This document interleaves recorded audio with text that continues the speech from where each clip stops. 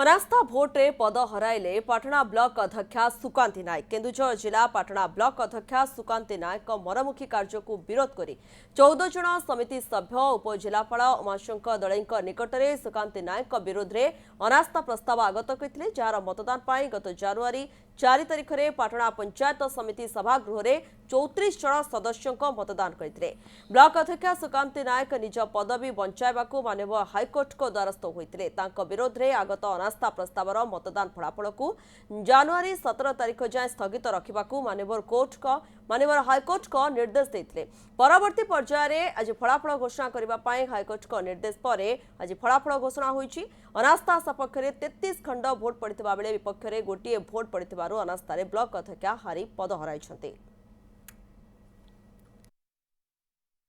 Vote होता chairman को अनास्था प्रसाद chairman को एगेस्ट तर आज हम रिजल्ट काउंटिंग रिजल्ट डिक्लेयर कलु से टोटाल 34 भोट दिखाई 34 33 अनास्था सपक्ष जाइए गोटे अनास्था विपक्ष जाइए फर्दर सब नोटिफिकेशन देलापर वाइस चेयरमैन ए एक्टिंग करेंगे नोटिफिकेशन आसला चेयरमैन अपॉइंट हम भोट होकर अपॉइंट हम तो केस से जो आस ऑनरेबल हाइकोर्ट केस शुणी करेंगे हिसाब से कोर्ट आदेश अनुसार से जहाँ हवा डिसीजन हम।